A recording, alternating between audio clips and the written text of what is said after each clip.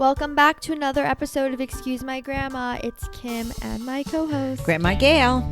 Grandma, what is new in your life? I feel like we've both been very busy. What's new in my life is that I've been recognized in the supermarket, and I have to put makeup on at 7:30 in the morning because of our Excuse My Grandma and the TikToks. That's why I get nervous now too. Like I love when I went out in the Hamptons last weekend, and so many people at the bars were like. Which I love. Like I love when people go up to me, and I actually forgot to tell you. People were like, "Tell Grandma Gayle we love her." Like it was so cute. Well, it's fine if you're dressed up and look exactly. nice. So love it at the bar, but then like, but not in the supermarket at 7:30. Yeah, now I get anxiety. Not that we don't get recognized that often, but like I'm like, what if I just am like? Usually I roll out of the house in actual like clothes from 4th grade. Like what if someone sees me? You better not, because you've got an image to uphold now, sweetheart. I know. So also when I was out the other day, someone told me about this app called Strava, where it's like you go on a run and you can like tell people about, like you post how long it was and a picture of your run or whatever. So, but it was funny because like my friend is on it and she was like, it's basically like a dating app, because you could be like, I went on a 5-mile run, and then guys will like talk to you on there. Well, if it's another way of meeting someone, Kimmy, it's fine. I mean, yeah, I don't know if you can go on a 5-mile run, but you probably could. Yeah. You walk a million miles. No, it would be embarrassing mine. I feel like I would be like, I took a 2-mile walk, and people feel like, okay. Cool. There's nothing wrong with a 2-mile walk. It's just perfectly all right. True. Okay, then another thing I heard about, there's a Facebook group called Are We Dating the Same Guy in New York? Oh no. And everyone posts on it like, don't go out with this guy. Like I just went on a date with him and XYZ happened. And like everyone's like, it's like this exclusive Facebook group and everyone's talking about. See, this is what I don't like about all this online stuff, because you know what? The guy probably is perfectly nice, and now you're going to eliminate him because some other girl probably didn't have a good time with him and put a bad thing on Facebook. I don't like all this. It's very upsetting. But like, I agree. I totally agree that like I think that group sounds a little uncalled for, because just because you didn't like someone doesn't mean someone else would. It's like Mean Girls. Yeah, like the burn book. But then sometimes I'm like, well, if they did something actually to put someone's like at risk. Oh, well, that's different. Like then they should. Well, then they should be shamed. No, then they should be shamed. And I think that's kind of mostly what it is, like things that are just not okay. Or well, like if it's not okay, then remember, don't go. Yeah, so I don't know. I'm not in it. I'd be interested to like see what people actually write, but my friend was showing me. Okay. And then have you heard of this app, Be Real? No, I have never heard of any apps. Oh, okay. I'm lucky I'm on my own app. It's basically like the new Instagram, Snapchat, like for like, I don't know. I feel like a lot of younger people are using it. But you like do what?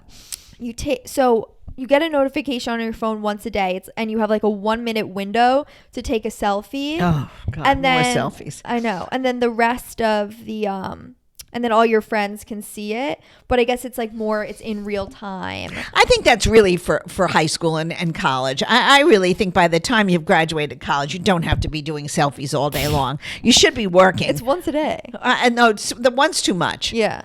Well, so I was on a date like a week or two ago or whatever, and it came up on the guy's phone. He's like, I gotta take a Be Real. Do you want? And then he was like, come be in my selfie. I would have to eliminate him.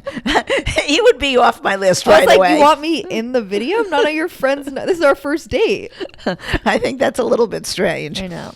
Okay. Speaking of dating, our guest this week is a dating coach. His name's Kevin Nahai. He has a big Instagram following, and he has some very interesting rules about dating and personal opinions, some of which I never really disagree with my guests, and you can listen in here. At one point, I was definitely disagreeing with him about a few things. Yeah, so it was an interesting conversation. If you want to hear some like back and forth, we hope you enjoy. Okay, guys, we are joined by Kevin Nahai. He is a dating coach. Kevin, thank you for joining us. Thank you guys so much for having me on. It's really nice to meet you both. You as well. So let's start with your age, relationship status, and where you live.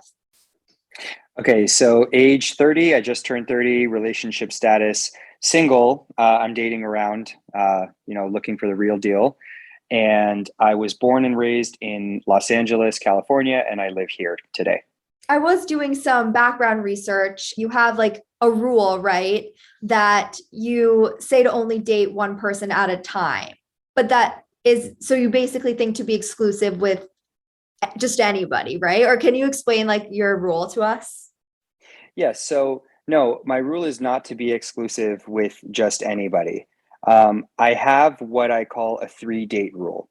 The 3-date rule is that you can date, let's say you're interested in 2 or 3 different people. You can date those 2 or 3 different people for up to 3 dates each. But after the 3rd date, you should choose which person you want to focus on. If after the 3rd date with, Sam, John, and Eric, you can't decide which person, catches your fancy, then either you're not into any of them, or they're not the right people for you, or you are indecisive, and perhaps you're being too picky, or perhaps you're comparing them to each other. So I sort of created the 3-date rule to allow for the fact that, yes, there's no reason you should be exclusively dating a person starting from the 1st date. Having said that, my philosophy is that if you are dating seriously with a serious intention, marriage, kids, long-term relationship, then you should focus your effort and your energy on one person at a time. That is what I have seen work over and over again. And you don't necessarily have to tell the other person, hey, by the way, I'm only dating you, right? It's just a personal approach that you take as a matter of respect to yourself. What do you think of that? Actually, I think it's a pretty good idea. I mean, I think after 3 dates, like Kevin says, you pretty much know if this guy has got anything that appeals to you. If it doesn't, you may as well just say, it's been nice, and go on to the next one. Whenever I present this idea, like on another podcast that I was on, I got raked over the coals by 50% of the audience, because they couldn't stomach the idea that they would self-limit their options.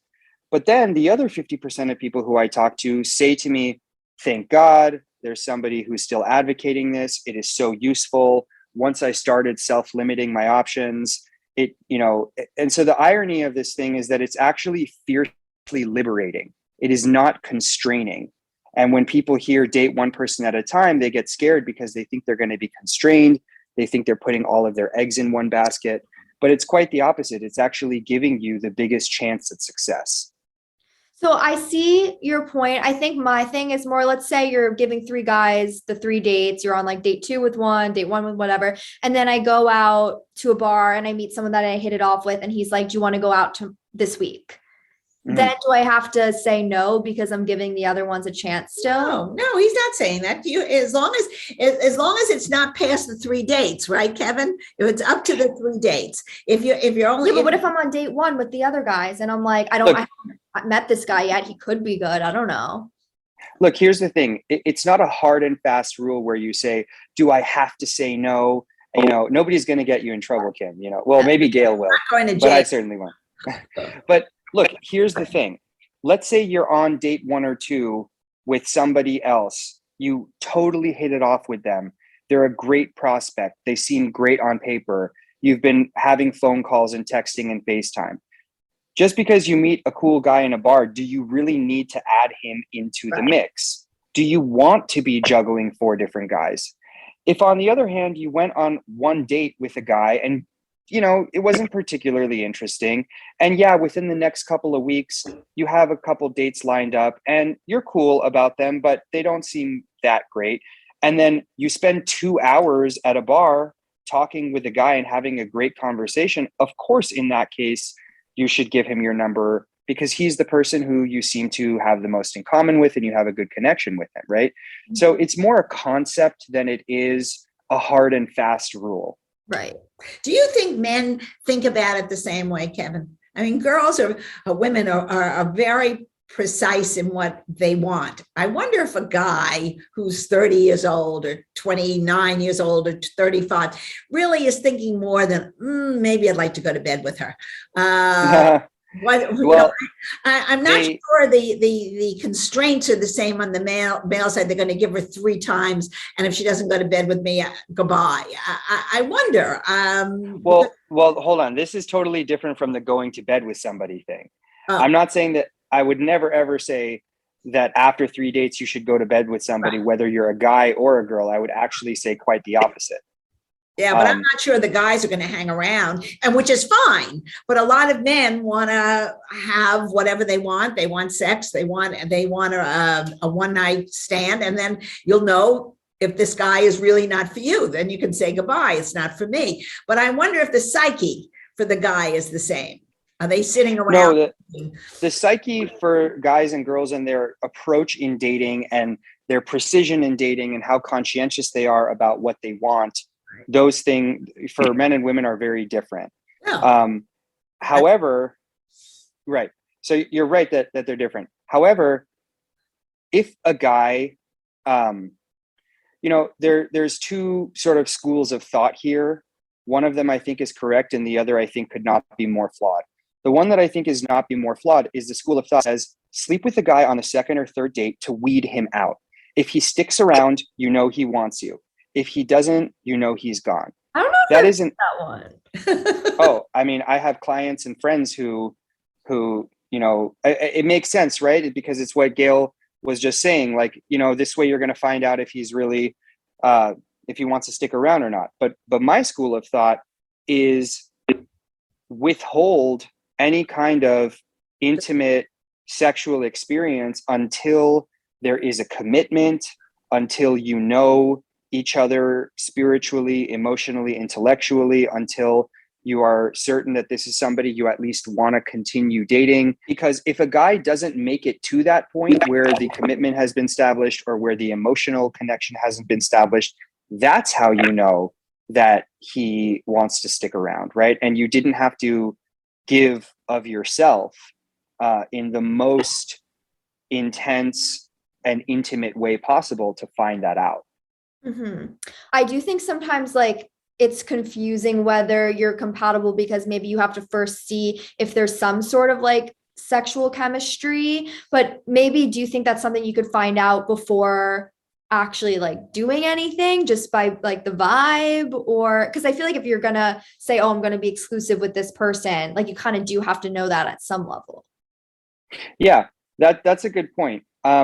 Look, I've never had a situation where I've had an extremely strong emotional connection with somebody and the physical connection was terrible. Right. That has never happened to me. Usually you can feel tension building. You can, feel that you're building closer and closer to that point.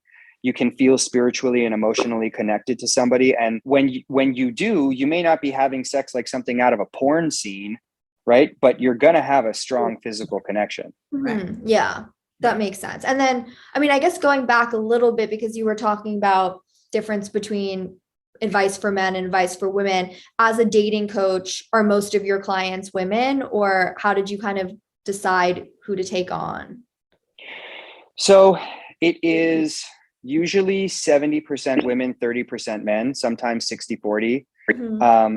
That is usually because women are just more prone to working on themselves, unfortunately, than men are. But it's definitely a mix. I don't only do dating coaching. I work on a lot of different areas as well. So I have some women started on the dating business, on the, what would you call it? The matchmaking. Business of love. Business of love. I mean, did you study it in college? Were you a psych major? What qualifies you to do this? Sure. So I don't do any matchmaking, by the way. I've never actually made a match. I've made 91 successful marriages, engagements, or relationships in the last 3 years. Very good. Thank you. Yeah, it's getting to 100, but not one of them have I ever set 2 people up, which is interesting. But yeah, so in college, I studied communication and psychology. I went to graduate school. I did an MSW social work. I got 9 different coaching certifications. But basically the way that I got into this was that I had a really dysfunctional, painful, toxic relationship, after which I realized that as much as the girl that I dated had all sorts of problems, I chose that. And when I realized that I chose that, I started pulling back the curtain. This was several years ago, around 24, 25. And I realized that I had all sorts of abandonment issues and trauma and codependency and, unbridled anxious attachment and all sorts of things from my childhood, from my relationship with my parents, from various issues that I had been through that were now rearing their ugly head in the context of my romantic relationships. And it was so painful, and it was such an eye-opening experience. How did you then do the work on yourself? He had to really sit down and think about what the issues were. That's the first thing. Why would he be attracted to somebody like his ex-girlfriend or whatever she was? And he had to work backwards. He had to see, why was he attracted to that? And as Kevin was saying, there were issues in his background that was causing that. And so can you do that work though by yourself, or like you need to be in therapy? Like, what would you say to people? I think that you can gain a lot of self-awareness by yourself if you're willing to look in the mirror. You can read a lot of books. You can, listen to podcasts, and there's a ton of free information out there that if you're really willing to hold up the mirror, you will learn a lot about yourself. I think that the challenge where you really need somebody in your corner is when it comes to, how do I turn this around? And that's really where you need to have an objective set of eyes. So whether that is a mentor or a therapist or a coach or a counselor, anybody who can kind of say, look, I've walked the road, I've been there, that's where it's incredibly helpful. And, I would say that it's incredibly helpful, even if you're not at the stage where you're wondering, what do I do about this? But even if you're wondering, how did I get here? Like, you can technically learn a lot about yourself on your own, but for some people, if they have their blinders up or if they lack humility, they really need to be in therapy or coaching in order to have those things brought to their attention. I feel like we talk about it a lot, that like, it seems that me and my peers or whatever are seeking out advice a lot, whether it's from therapy or podcasts or whatever it is. And my grandma always says, like, no one really kind of talked about it as much when she was younger. From your standpoint, like, how do you think dating and relationships have changed from generation to generation? Well, drastically. Yeah, I think they've changed drastically. I mean, that's a great question for your grandma, because she's been there to see the change. I can only make an inference from talking to the older generation as opposed to seeing it for myself. But here's what I think. I think it's changed drastically in 100 ways, but here's what I think is the essential difference. What it really all boils down to.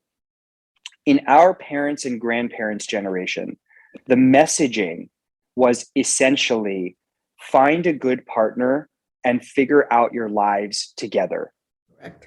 The message to our generation, which I think has royally screwed us up, is, there's also an upside, but I think for the most part, it's royally screwed us up, is figure out your life, figure out your career, then go find a partner. Correct. Now, that's royally screwed us up. It's obvious. Just look around. We've got a lot to sort out in our romantic relationships.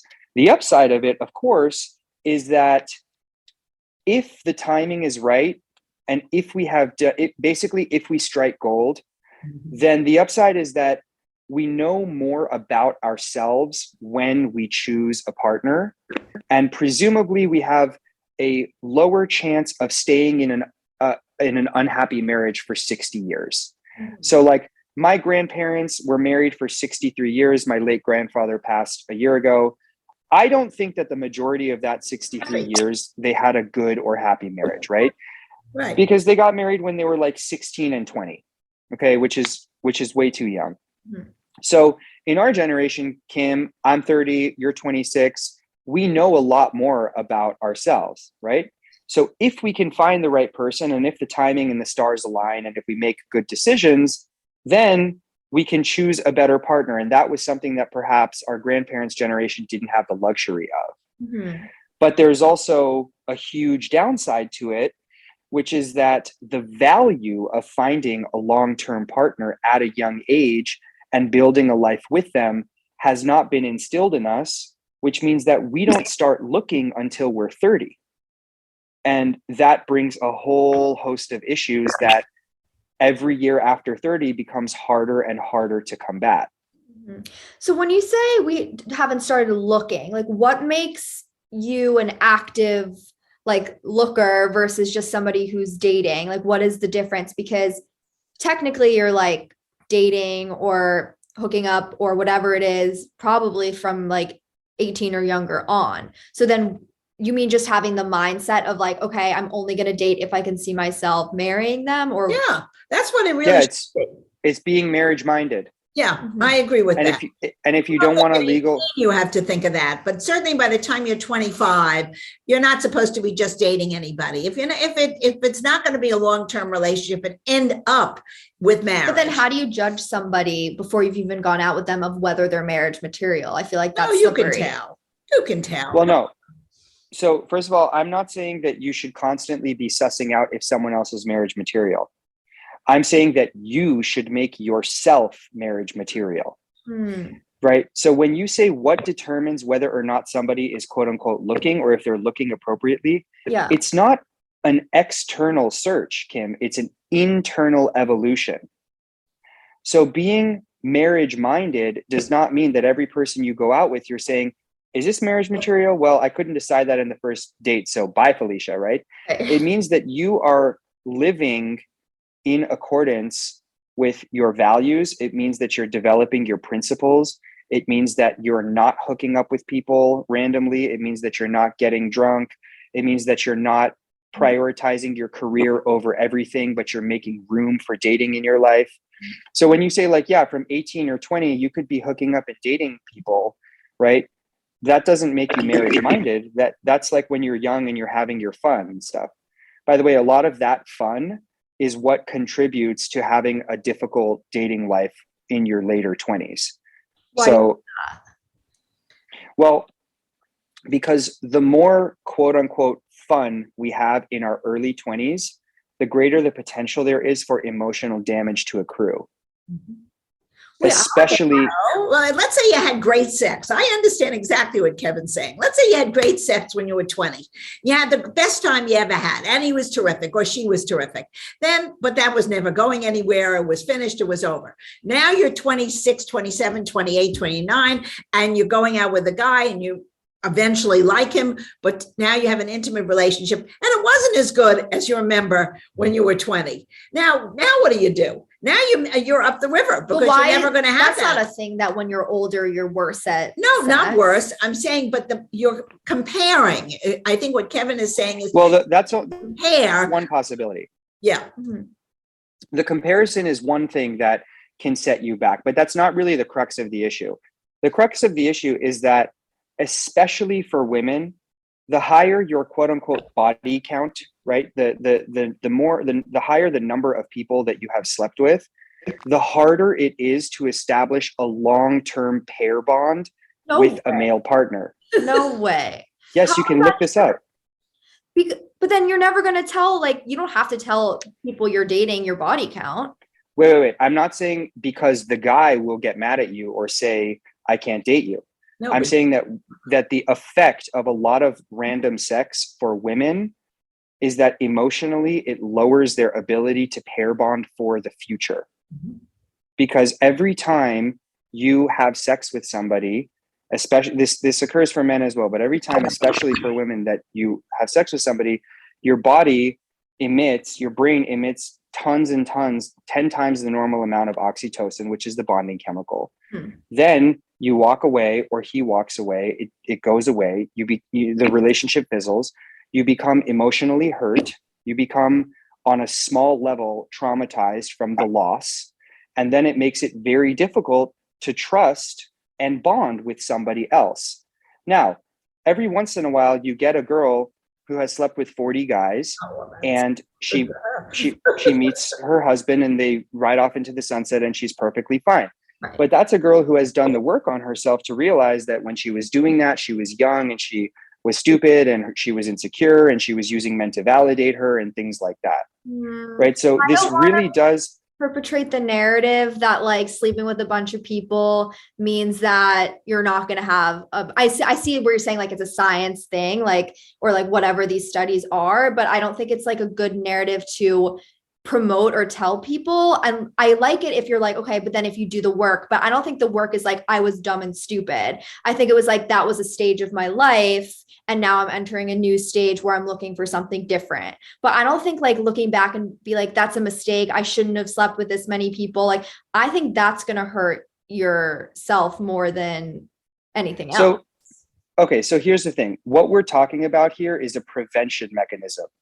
I'm sharing this information for prevention because there's a lot of people who are well into their 30s who are still sleeping around, right? And so, and by the way, the same goes for guys. I don't recommend that guys sleep around. There was a phase in my life when I was sleeping around and I was young and I was stupid and it didn't help me. And I don't mind admitting that, right? Because I've reconciled that part of my past. The purpose of this is not to look back and say, you did something wrong. What's the matter with you? You should shame or blame yourself. The purpose of this is, first of all, if we can prevent that and get more serious about our relationships starting from this day, then A, that's my mission. But B, when you say, I don't like to perpetuate that narrative, unfortunately, it's not a narrative. It's just a fact. The more you sleep around, the harder it is in your late 20s and 30s to find a stable partner. It just makes things more difficult emotionally. So the purpose is not you should, say, oh, I'm such a bad person because I did that. Of course not. Every person is capable of growth and every person is should forgive themselves for whatever their mistakes are. But we do have to understand that from the perspective of being marriage minded, it's not a good idea to have a lot of casual sex. And I don't think that that's really something we can argue with. Right. I agree with that. Yeah, I'm just like, I understand it, but then I'm just trying to think of real life situations. And I'm like, if my friend like went home with a random guy at a bar, I don't really think it's like changing whether she's going to like fall in love with someone tomorrow that she meets. No, or like but it's a little bit of her successful- immaturity at some point to be taking somebody. It also depends the frequency. Right. So if she did that 2 or 3 times throughout her 20s, like whatever, who hasn't done that? Yeah, right? yeah. But I'm more talking about the extreme examples. Like if you had a friend, Kim, who was going home with a different guy from the bar every weekend, don't tell me that you wouldn't think she's got some insecurity or validation issues going on. Definitely. There would be something happening internally, but I don't know if it would then necessarily mean like I think it's almost okay. So what I think it is like whatever that thing that she's battling, whether it's insecurity or whatever it is, like that's what's keeping her from finding a future partner. It's not the fact that, oh, she's sleeping around and like oxytocin is everywhere and then now she can't. Well, but it's the same thing. You're basically it's both. It is both. It is both the physical act and the physical act of allowing somebody into your body and building that intimacy with them. Even if you want to compartmentalize, you can't.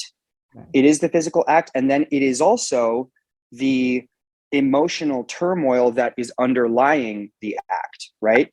So here's another example. If I'm a drug addict and I spend 10 years of my life injecting heroin into myself, can I still have a very successful and stable future as a lawyer or a doctor? Absolutely. But if I spent 10 years injecting heroin, I'm going to have health issues later on in life. That's a science. That's a fact. I'm going to need to get over the emotional issues that caused me to take the heroin in the first place. Now, I am not equating casual sex with heroin, right? But I'm giving the example that if you spend a lot of years having casual sex because it's coming from a place of lack or worth or lack of self-worth, that can have an effect And B, you have to ask yourself, what was going on with me emotionally that I felt the need to do that? It doesn't make you a bad person. Right. Yeah, totally understand that as well. But again, and then we can go to the next topic, but heroin is like a drug that can kill you. Like sex is. Well, sex not. is a drug too. So, yeah. Sex is a drug. It's a crutch. It's definitely a drug. And if Sex is a crutch. if it's used improperly, it's destructive. And it's not every relationship has to be always all about sex, which is what good relationship has many, many different facets. Yeah. And you have to put it, one probably needs to be in the relationship as well as being able to talk to somebody, being able to have commonality of interest, but it's one part of a puzzle. I don't think it's the only thing. If you only have sex, you're going to have nothing else. You're going to end up getting divorced. Right. And look, like your grandma is right. Like there are situations where you have a great sex life with somebody, you're not sleeping around. Maybe you only sleep with one partner, but you're terrible at communication. Then the sex thing is perfectly fine and you've got a healthy sex life there, but you don't know how to communicate. So that could be the issue, right? So I'm by no means saying that how you treat sex is going to be the single determining factor beyond whether or not that determines whether or not you have a successful relationship. It's just one of the things that we treat way too lightly and way too casually, and we don't understand that there are potential consequences. Yeah. And I also just want to be sensitive to say one thing, which is I am not a proponent of girls can't sleep around, but guys can. Yeah, I think that that's BS. Right. Yeah. Okay. We understand But that sounds right, Kevin. Yeah. It's good for the goose, it's good for the gander. Neither one do you want to have a guy who's sleeping around 24/7, and you don't want a woman who's sleeping around 24/7. Exactly. And essentially the mistake that happened in our society was we said, okay, Yeah. well, Girl. guys are doing it, so girls should too. Mhm. And that's wrong. Neither one should be doing You it. don't answer bad behavior with bad behavior, right? It's bad behavior when guys are sleeping around all the time. So it's not that women should start doing it too. It's that men should be gentlemen, Right. and they should be smarter. And, so we actually should have taken a page out of the women's book in this case. Well, I think it's only bad behavior if you're saying that the goal is to have like a successful like relationship or whatever. Like if your goal is just to like do you and you don't really want to be like a monogamous person, then it's not really bad behavior. Yeah, everything I'm talking about, that's a good clarification. Everything I'm talking about here is in the context of, having a long-term Yes. relationship. Yeah. Because I would never say that, a polyamorous relationship is Right. bad, or if you want to just have sex just for fun, it's bad. Like, it's not for me to say what anybody should or shouldn't do. Yeah, no, I think it's an important distinction.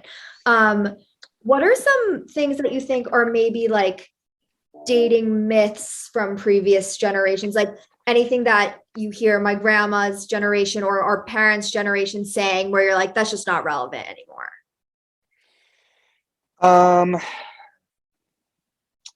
I think one of them that I haven't made my mind up about this, but maybe it's an interesting discussion. The idea that you should keep the marriage together at all costs. I don't know how I feel about this one, because that's a very prevalent message that my grandparents and my parents got. Both of them are immigrants and we're Jewish, so we're very family oriented. I think on the one hand, we have a 60% divorce rate in this country. That means that if you lined up 10 people in a room, 6 of them will be divorced. That is frightening, right? One thing that I take from the older generation that I think really should be more relevant to our generation. I don't think we fully understood this concept, which it's the concept that the only things you're going to find in another person are trust, respect, honesty. They have a good life. Right. Everything else has to be created. So when people in our generation, Kim, are looking for relationships, we are looking for someone who is a good communicator, is funny, is affectionate, is warm, meets all of our love languages. We are looking for somebody who comes ready-made to to meet our physical, intellectual, and emotional needs. And I am guilty of this as well, right? I had, it kind of dawned on me about a year ago that one of the reasons I wasn't meeting my partner, you know, whoever my soulmate is, was that everything that I was looking for, something that is so specific, and I'm trying to create this mythical unicorn that was ready made for Kevin. Like she was made in a factory and has everything that I want right off the bat. And now what I understand is that the things I'm going to find in her are someone who is trustworthy, kind, honest, perhaps comes from a good family, perhaps has good values. But everything else that I'm going to have with her are things that I have to teach her and she has to teach me, and we have to compromise on, and we have to co-create. Right. But I think, Kevin, that you only learn as you get older. I don't think you can almost translate that, what you just said, to a 25-year-old or 26-year-old. Well, Kim's 26. What do you think, Kim? Well, Kimmy listens to this all the time, so she can. But most people I would out give more there, credit to people in their No, mid-20s. You think so? I don't think they're willing to handle. I think maybe what the difference is instead of being like, these are my 3 to 4 points that are kind of like non-negotiables. I think a lot of us put like a lot of weight on, well, I have this connection with somebody, so I'm going to either throw those 3 things out the window or those there are 3 things that important.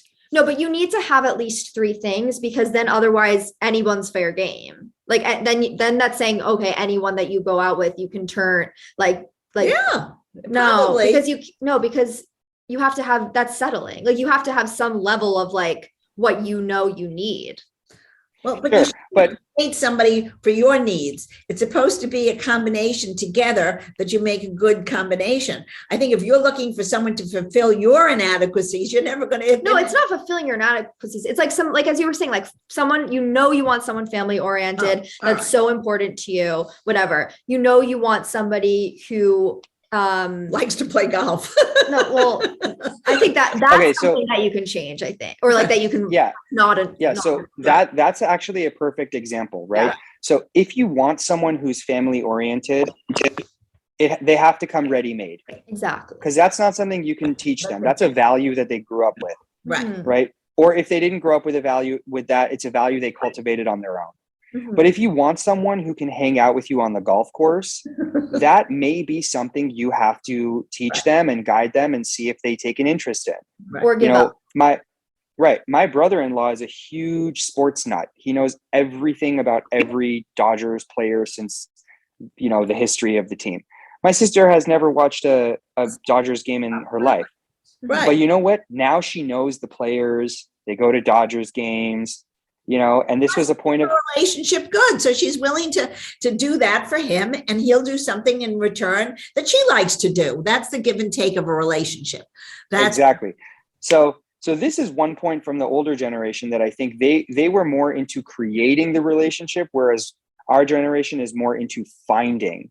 But that's slightly different from the point that you brought up, Kim, which is like having certain must-haves and certain non-negotiables.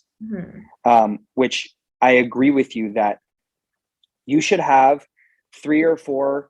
The person must have these things, right? Like for me, they must be Jewish. That will never change. Right. And then you should have 3 or 4 non-negotiables, which are, I will not date someone who is, it could be smoker, has a temper, whatever. Selfish. Yeah. So it's important to have some must-haves, and it's important to have some non-negotiables. It's important that those lists not be laundry lists. They should be short and compact. And then it's important to have something in the middle called a willing.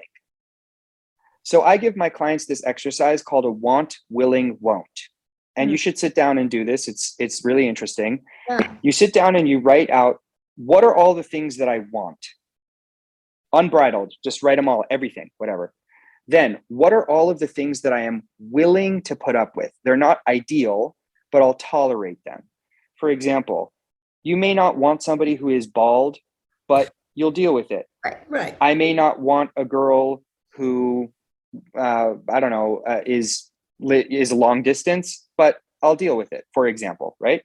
And then you have your won't category, which is all the things you will not deal with. Forget about it. There's no way. And then what you want to do is you want to make the want and won't categories as short as possible, so that you're giving yourself the best chance. Yeah. Very I good. think that's a great exercise. The emphasis that we place on chemistry versus the emphasis that we place on shared values, good communication, shared vision of the future is totally disproportionate. So, it's very important to have a strong connection with your partner, but the connection that you feel to them has to be preceded by making sure that you guys are aligned in terms of your values and the way you talk to each other and everything. Because otherwise you get in a situation where you feel this insane chemistry and you just want to kiss them and hug them and talk to them all the time. But then you look back at your want, willing, won't, which you wrote when that person wasn't in the picture, and you're like, damn, this person is none of these things, but now I feel so emotionally attached to them. Mm-hmm. Well, I'm going to flip it now because this is the problem I run into the most. They fit the willing, won't, whatever, but there is no chemistry or connection. Then yes, what? That's tough too. Yeah. So here's what I always say. Just because you have a passionate connection with someone does not mean you are meant to be with them. And just because somebody is perfect on paper does not mean you are meant to be with them. Mm-hmm. Right? So perfection is an illusion. They're not going to be perfect on paper, and you may not have a perfect, passionate connection with them.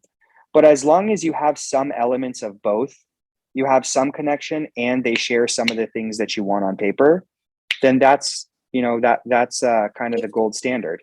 Right. Mm-hmm. It's a basis. Yeah. Well, there's so many interesting Kevin's terrific. Yeah, He's you're terrific. great. I would talk all day, but I want to play our game that we play. So Otherwise we'll keep him on the phone forever. Oh, sure. So Thank you guys. We're going to play this game that we play with all of our guests called Grandma Gayle's Old Fashioned Dating Quiz. I think I know where you're going to land, but we go I love it. Okay. some hypotheticals, and then we will deem whether you're more traditional or more of a modern dater. Oh, okay. Great. Okay. So the first one is, do you prefer a call or a text from the person you're dating if it's just to say hi? Call. Would you sleep with someone on the first date? No. Dating apps or setups? Setups. Move in together before you get engaged, or wait until you're like engaged or married to move in? Can't say a hard and fast rule, but ideally, if all things being equal, wait until engagement. Oh God, Kevin, he's exactly in my camp. Okay, last one. Who should pay for the date? Should it be one person who always takes care of it, or like split, alternate? So look, I obviously am more traditional. My view on this one is that I prefer for the guy to pay for dates. If there comes a point in the relationship where the girl also wants to treat him, that is fine. But I prefer that one person picks up the tab. I'm not really a fan of going Dutch. Okay. Yeah, like 5 out of 5 traditional. Someone just did that too, a girl. Yeah, but it was very interesting. We had a young woman on recently who, is gay, and we asked her the same question and about picking, who picks up the check. And she said, since they're two women, it really doesn't matter, which is very interesting. I didn't Right. it that way. But she said whoever initiates the date, that's how she said it should pay. Yeah, or like just Right. in a relationship, like they ended up taking their own role and like one person usually Right. does. But yeah, it's a little like murkier since it's not like these are all societal like Right. Yeah. things. So I mean, here's a difficult thing. Like everything that you asked me about my personal value set, it's all very heteronormative. Yeah, exactly. Because I'm I'm not white, but I'm a straight man who's traditional and chivalrous, and I try to help women. What's that? It's the kind of guy I like. Oh, thank you, Gayle. But I just want to be clear, like I have gay clients, I have trans clients, I have clients, I have men who are in open relationships and they're polyamorous, right? So I never impose my personal value set on the people that I'm working with, on my friends. If you ask me what are my personal opinions, I will tell you, which is everything that I've shared in this podcast. And a lot of it I apply to my coaching because I see what works in the long run and what doesn't, right? But also my job as a coach is to be adaptable and not tell my client what I think they should do. My job as a coach is to help my client identify what they feel in their own heart is right, and then encourage them to do that. And what I have found over and over again, Kim and Gayle, but I'm mostly talking to you, Kim, as my peer. What I have found over and over again is that people in our generation, truly what we want in our heart is actually more aligned with traditional standards than it is with modern standards. The reason that so many people in our generation abide by modern standards of life, career, money, dating, marriage, is that these are the messages that we've received, and this is what we have been conditioned to believe works as par for the course of being in this generation. But when it comes down to our emotional needs and what fulfills us and what we actually dream of, it is usually more aligned with traditional practices, because those traditional practices have, for the most part, worked for hundreds of years, and they've been installed in our DNA. I just wonder then that, like, I'm thinking back to when you said before of like, our generation now feels like our lives have to be like set and ready and like at the like perfect time in career, like family, whatever else it is, to then find your person and be in that place. If we don't say that and you're like, you can meet someone whenever, then what does that say about like the timing being right and like one person's timing being off and one person's timing working? So first of all, the right person at the wrong time is the wrong person. Right. Unfortunately. That, though. No, it is because the stars are not aligned. You're not exactly. One of the people is not ready. So both people have to be on board to form a relationship, no matter what age you are. You could be 20, and if both people love each other, it'll work. If you're 30 and you can't find two people who think along the same lines, then it's not working. I think it has little to do with age. It's more really finding the right person who will click with you and your value system. First of all, Kim, let's say you and I meet, you're 26, I'm 30, and God has decreed that you and I are soulmates, okay? And you're the person that I am supposed to end up with. We are perfect for each other, okay? But I am in a place in my life where I am really struggling emotionally. I don't have a job. I don't know what my next moves are in life. Maybe in the metaphysical sense, I am still the right person. But if it's the wrong time, the end result is that I'm the wrong person for you, right? And you can't wait around for me to get my stuff together, right? So that's what I mean when I say the right person at the wrong time should be treated as the wrong person, right? Unless you have history together and you're going through something and you're trying to like help each other, okay? But the thing that you said, about when you said, going back to what we were talking about earlier, you do not have to be 100% in order to find love. You are not supposed to be 100% in order to find love. This era places such an emphasis on having your career set up, having your life set up, being emotionally self-reliant, being perfect on your own, and then you find somebody else as an addendum to your life.